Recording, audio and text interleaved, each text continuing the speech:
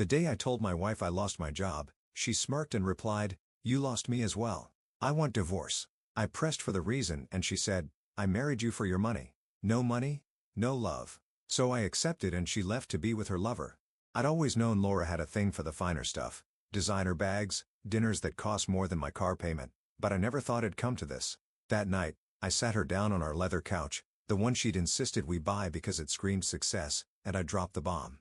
"I lost my job today," I said, keeping my voice steady, my eyes locked on hers. It was a lie, of course. My consultancy gig was already pulling in cash, more than the mid-level management grind I'd been stuck in for years.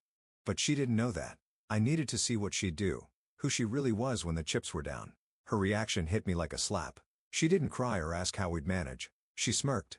Just a quick twist of her lips, like she'd been waiting for an excuse. "Well," she said, leaning back, crossing her arms, "you lost me too. I want a divorce." I blinked, the words sinking in slow, like mud settling in a puddle. I'd suspected she'd been drifting. Late nights, vague excuses, that new perfume I didn't recognize. But hearing it out loud? That was a gut punch. "Why?" I asked, though I already knew. I wanted her to say it, to rip the mask off herself right there. She didn't hesitate. "I married you for your money, Daniel. No money, no love. Simple as that." Her voice was cold, clipped, like she was reading a grocery list. She stood, grabbed her phone, and started texting. "I'm going to Mark's. We're done." Mark. The name wasn't a surprise. I'd seen his flashy BMW parked outside our house once when she claimed it was a client dropping off papers. I'd let it slide, too tired or too naive to push. Now it made sense. "You're leaving?" "Just like that," I said, standing too, my hands clenched at my sides. She didn't even look up from her phone. "What's the point of staying? You can't give me what I need anymore." And with that, she walked to the bedroom, packed a bag, and headed for the door. I could have stopped her, could have told her the truth that I hadn't lost a damn thing. That my consultancy was already outpacing my old salary, that I'd been testing her, but I didn't. I stood there silent, watching her heels click across the hardwood floor I paid for. The door slammed behind her, and the house went quiet. Too quiet. I sank back onto the couch, staring at the spot where she'd been, her words echoing in my head. No money, no love. Part of me wanted to chase her, to yell that she'd failed the test, that I'd caught her out. But another part, the part that had been whispering doubts for months, felt something else. Relief. Like a weight I hadn't known I was carrying had finally slipped off my shoulders. I'd spent 5 years building a life with her, thinking she loved me, not my paycheck. Now I knew better. I grabbed my laptop from the coffee table and opened it. The screen glowed with emails from clients. Real ones, not the fake papers Mark dropped off. My consultancy wasn't just a side hustle anymore. It was my future. I'd started a year ago, tired of the corporate hamster wheel, and it had taken off faster than I dreamed. A tech startup in Boston had signed on last week a 6-figure deal. Laura didn't know any of it. She'd never asked about my late nights or the calls I took in the garage. She'd been too busy planning her next shopping spree. I leaned back, running a hand through my hair. The lie had been a gamble, sure, but it had paid off in a way I hadn't expected. I didn't have to wonder anymore. Laura wasn't my wife. She was a tenant who just stopped paying rent. And now she was gone.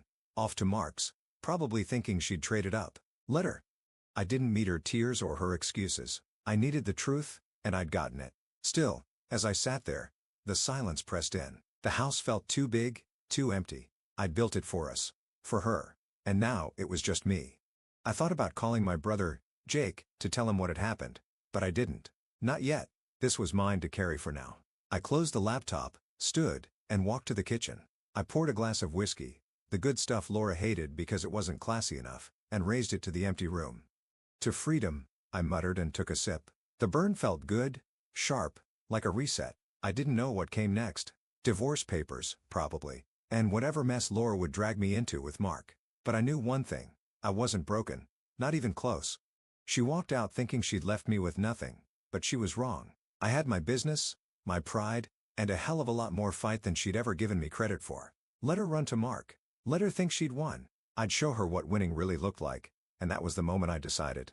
This wasn't the end. It was the start. 3 months after Laura walked out, I was a different man. Not just because I ditched the old suburban house for a sleek apartment downtown or because my consultancy had me rubbing elbows with CEOs instead of middle managers. It was deeper than that. I'd stopped looking over my shoulder waiting for her to come back with some half-baked apology. I'd stopped caring. And damn, it felt good. The morning she left, I toasted to freedom with a glass of whiskey. Now I was living it. My business wasn't just surviving. It was exploding. That tech startup in Boston, they doubled their contract after I streamlined their operations. Word got around, and soon I had a waiting list. Retail chains, app developers, even a law firm with a corner office fancier than anything I'd ever dreamed of. I hired 2 assistants, rented a space with a view of the city skyline, and traded my beat-up sedan for a black Audi that purred like a promise. People started recognizing me at networking events, shaking my hand, calling me the guy who turns chaos into cash. I liked the sound of that. I'd moved on in other ways too. The house went on the market the week after Laura left. Too many echoes of her in those rooms, her voice nagging about curtains or countertops.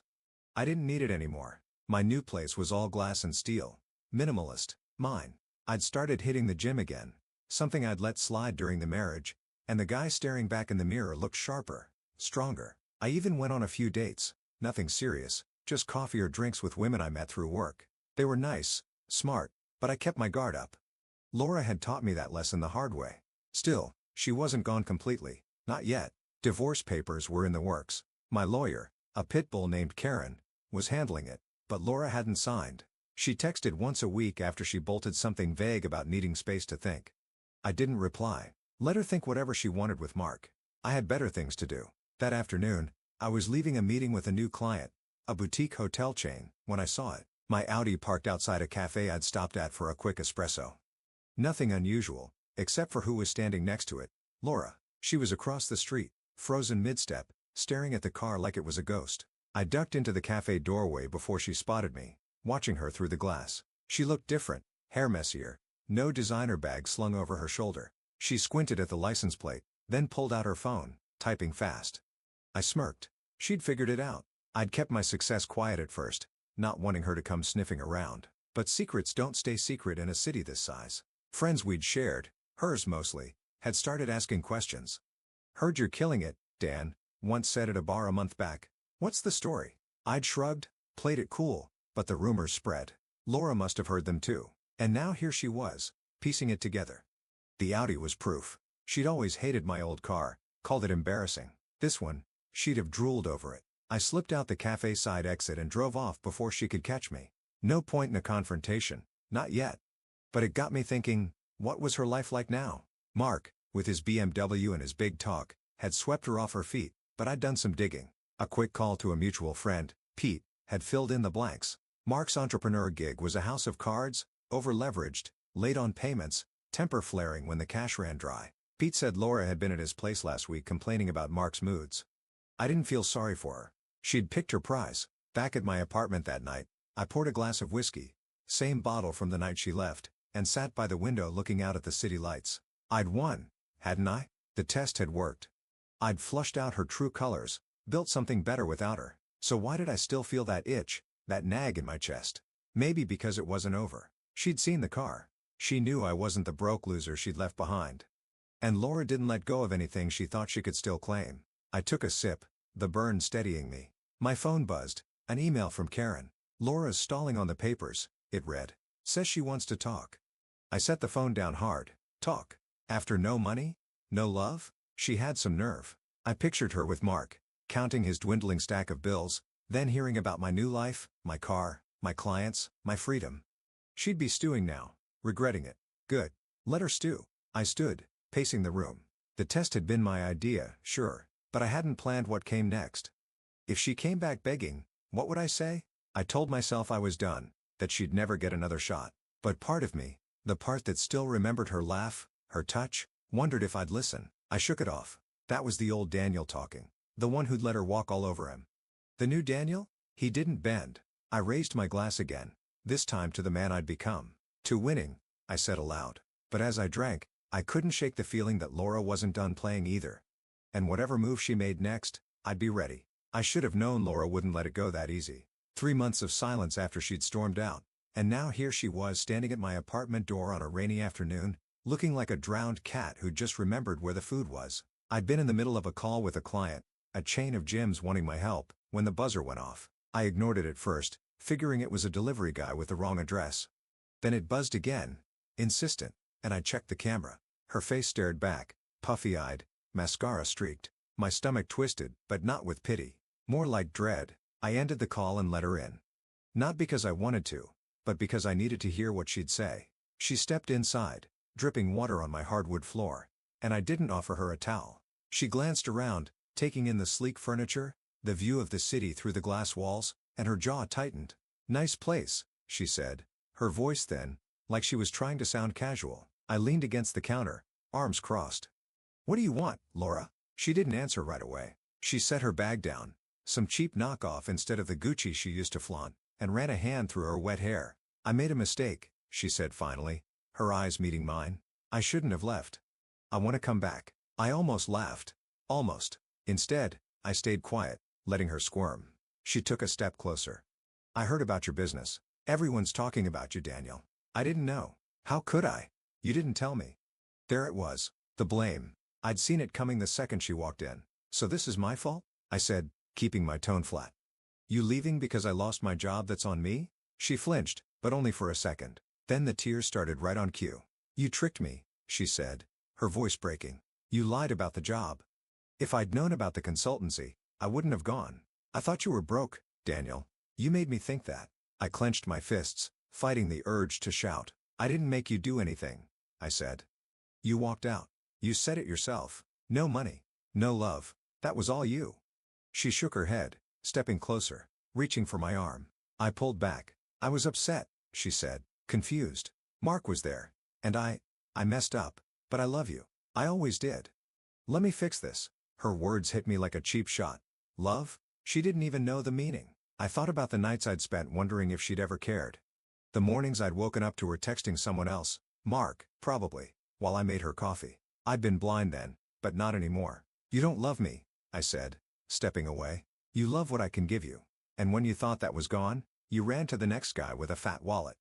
How's that working out, by the way? Mark still footing the bill?" Her face went red, and the tears stopped fast. "He's a jerk," she snapped. "Broke too.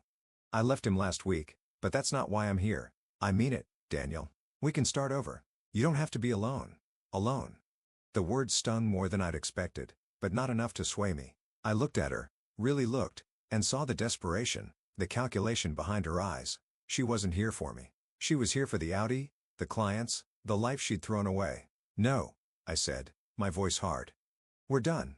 I'd rather be single than with someone who only loves my wallet." She froze, her mouth opening like she had a comeback, then shutting again. I walked to the door and held it open.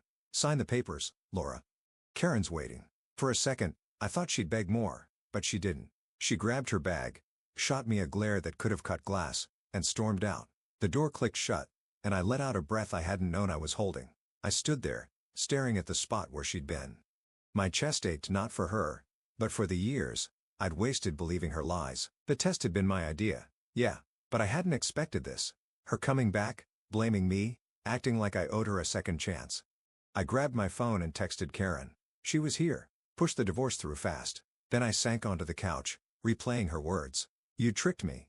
Maybe I had, but she'd failed the test all on her own. Later, I poured a whiskey and sat by the window, watching the rain streak the glass. I'd won, hadn't I? My business was booming. My life was mine again. So why did I feel like something was still hanging over me? Laura was gone, but she left a mark, a reminder of how easy it had been for her to turn on me. I took a sip, the burn grounding me. She begged, and I'd said no. That was power. That was freedom. But as I set the glass down, my phone buzzed. A text from Pete. "Heads up. Laura's pissed. Talking trash about you to anyone who'll listen." I smirked, then frowned. Trash talk? Let her try. I built this life from nothing, and no one, not her, not Mark, was taking it away. She wanted a fight? She'd get one.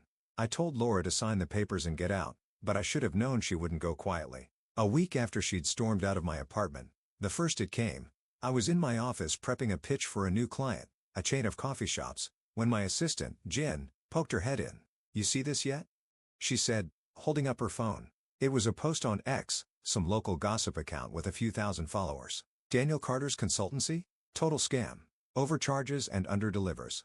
Check the receipts. Attached for screenshots, emails I'd supposedly sent, promising miracles for cash, then bailing. Fake as hell, but convincing enough to make me sweat." I knew who was behind it before Jen said another word. Laura.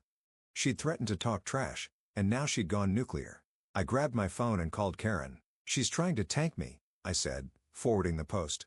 Can we sue her for this? Karen's voice was calm, like always. Defamation's tricky, but we'll dig. She's stalling the divorce too, probably thinks this will leverage you. Sit tight. Sit tight. My inbox was already lighting up, clients asking questions, one canceling a meeting. I slammed the phone down, pacing the room. This wasn't just personal anymore. She'd hit my business, my lifeblood. I spent the next few days firefighting. I met with my biggest clients, Boston Tech, the hotel chain, showing them my real records, proving the emails were garbage. Most stuck with me, but the damage was there. My name was getting dragged online, whispers spreading. I couldn't let it stand. I called Pete, who tipped me off about Laura's ranting. What's she saying? I asked. He hesitated. She's telling people you lied to her, screwed her over in the marriage, says the consultancy was a secret to cheat her out of money. She's got some barflies buying it. I gritted my teeth. Cheat her? She'd been the one cheating with Mark with her lies. That's when Karen called back. That's something, she said. Hacked into an old joint account you two had, email backups. Found messages between her and Mark. Dates back a year, Daniel. She was with him before your test. I froze, the phone heavy in my hand. A year before I'd even thought to lie about the job, pictures flashed through my head. Her late nights, her work trips, that damn BMW outside our house. I'd been a fool, but not the way she'd claimed. Send me everything, I said. I'm ending this. The evidence was gold. Emails of Laura giggling about Mark's big plans, texts about meeting up while I was at work. One even mentioned me. Daniel's clueless pays for everything. It wasn't just proof she'd lied. It was a weapon. I didn't feel guilt anymore about the test. She'd been playing me long before I'd played her. I forwarded it all to Karen with one note. Use this. Then I got to work. Laura wanted a war? I'd fight back harder. The next blow came fast. A local journalist, some guy named Tim who'd been sniffing around startups, published a piece based on Laura's fakes. Consultancy con? Insider claims fraud. My phone exploded. Clients, friends, even my gym buddy asking if it was true. I called Tim. Kept my cool. You've got bad info, I said. Meet me tomorrow. I'll show you the real story. He agreed, skeptical but curious. I wasn't just defending myself now. I was taking her down. That night, I sat in my apartment, the city lights mocking me through the glass. My business was teetering. 2 more clients had pulled back, waiting to see how this shook out. I poured a whiskey, but didn't drink it. I didn't need the burn tonight. I needed focus. Laura thought she could bury me with lies, but she'd underestimated me. I'd built this from scratch. Every deal, every late night, and no one was tearing it apart. Not her, not Mark, not some hack reporter. Karen texted, divorce hearings next week. She's dodging, but we'll force it. Evidence is locked. Good. I pulled up the X post again, the fake emails staring back. Then I opened Laura's old messages, reading them cold. He's boring, Mark. You're the future. I laughed. Bitter. Boring? I'd been loyal, steady, while she'd chased a mirage. Mark was broke now, Pete said, his future crumbling. She'd picked wrong, and instead of owning it, she'd come for me. I met Tim the next day at a diner, handing him a folder, her emails, my contracts, bank statements showing every legit dime I'd earned. She's lying, I said. Check the dates. She was cheating before I tested her. This is revenge. He flipped through it, eyebrows climbing. This changes things, he muttered. Give me a day. I nodded, but I wasn't waiting on him. Laura's next move was coming. I could feel it. She'd lost Mark, lost me, and now she was losing her grip. Desperate people get sloppy. That night, my phone buzzed. Pete again. She's hitting up a gala tomorrow. Business thing. Talking you down to anyone who'll listen. The gala. I'd been invited. Networking. Big names. I planned to skip it, but not now. If she wanted to play this out in public, I'd be there. I set the whiskey down untouched and grabbed my suit jacket. She'd started this fight, but I'd finish it. And when I did, she'd wish she'd signed those papers and walked away. The gala was a sea of suits and champagne. A ballroom packed with the city's business crowd. Exactly the kind of place Laura would crash to take me down. I'd almost skipped it, but after Pete's text, I knew I had to show. She'd been clawing at my reputation all week. Fake emails that hid peace from Tim, and I wasn't letting her have the last word. I walked in, jacket sharp, head high, the folder of evidence tucked under my arm like a loaded gun. If she wanted to fight, she'd get one she'd never forget. The room buzzed with chatter, but I felt eyes on me. Word had spread. Some saw me as the hotshot consultant, others as the guy from the scam rumors. I grabbed a water from the bar, scanning for her. Pete was right. She was here. I spotted her across the floor, working a cluster of suits, her laugh loud, forced. She hadn't seen me yet. I stayed back, letting her dig her hole. Tim, the journalist, slipped in beside me, notepad out. "You sure about this?" he asked. I handed him the folder. "Read it, then watch." He flipped through Laura's emails, her affair with Mark, her mocking me, while I kept my focus on her. She was mid-story, gesturing wild when her eyes locked on mine. Her smile faltered just for a second, but she recovered fast, turning back to her audience. I heard my name drop from her lips sharp like a curse. "He lied to me, ruined me," she was saying, loud enough to draw heads. "His whole business is a fraud." That was my cue. I stepped forward, voice steady. "Funny you mention lies, Laura." The room hushed, all eyes swinging to me. She froze, clutching her glass. I didn't stop. "You've been spreading fakes about my work, emails I never sent. Want to tell them why?" She opened her mouth, but I cut her off, nodding to Tim. "Show them." He held up the folder, reading aloud her words, not mine. "Daniel's clueless, pays for everything. Marks the future." Gasps rippled through the crowd. I kept going. "You were with him a year before I tested you." "I lied about the job." "Sure, but you'd already checked out." Her face went white, then red. "That's not true," she snapped, but her voice shook. I pulled out my phone, scrolled to a bank statement, projected it on a screen behind me, courtesy of Jen, who'd rigged it earlier. "Here's my real work," I said. "Every client, every dollar. No scams, just results." The crowd murmured, heads nodding. Laura lunged forward, spilling her drink. "You set me up. You ruined us." I didn't flinch. "You ruined yourself," I said. "Sign the papers and go." She stood there, trembling, then bolted for the exit, shoving past people. The room erupted, some clapping, others whispering. Tim scribbled fast, grinning. "This is gold," he said. "Peace drops tomorrow." Her story's toast. I nodded, but I didn't feel like celebrating. I'd won, but it tasted bitter. She'd forced this, dragged me through her mess, and I'd had to fight dirty to end it. I left the gala, the noise fading behind me, and drove home in silence. The next morning, Tim's article hit Consultant Clear's name, X exposed. My phone lit up, clients calling back, new ones reaching out. The coffee shop chain signed on by noon, and Boston Tech upped their deal. My business wasn't just safe, it was thriving. Karen texted too. "Divorce is final." She signed last night. I sat back in my office chair, staring at the city skyline. It was over. Really over. No more Laura. No more lies. Just me and what I built. A week later, I was at a coffee shop. Same one where Laura had seen my Audi when I met Sarah. She bumped into me, spilling her latte, and laughed it off. No drama. We talked easy. Real. She ran a non-profit, didn't care about my car or my clients, just asked about my day. I asked her out, tentative, and she said yes. It wasn't love, not yet, but it was something clean, something honest. After Laura, that was enough. That night, I stood in my office looking out at the lights. I'd started this with a test, one lie to catchers, and it had spiraled into a war I hadn't wanted. But I'd come out stronger. The consultancy was mine, built from late nights and hard calls, not her or anyone else. I thought about calling Jake, my brother, to finally tell him everything, but I didn't. He'd hear it soon enough. For now, I just stood there, letting the quiet settle. I'd lost a wife, sure, but I'd found myself. Laura had walked out thinking I'd crumble, that I'd be nothing without her. She'd been wrong. I didn't need her smirk, her greed, her games. I had my work, my pride, and a shot at something real with Sarah. I raised an imaginary glass, no whiskey this time, just air, and toasted the man I'd become. To trust, I said aloud, not in her, not in anyone else, but in me. And that was the end of it, or maybe the start. Either way, I was free. And that's how I learned trust isn't given, it's earned. Thanks for sticking with me through this wild ride.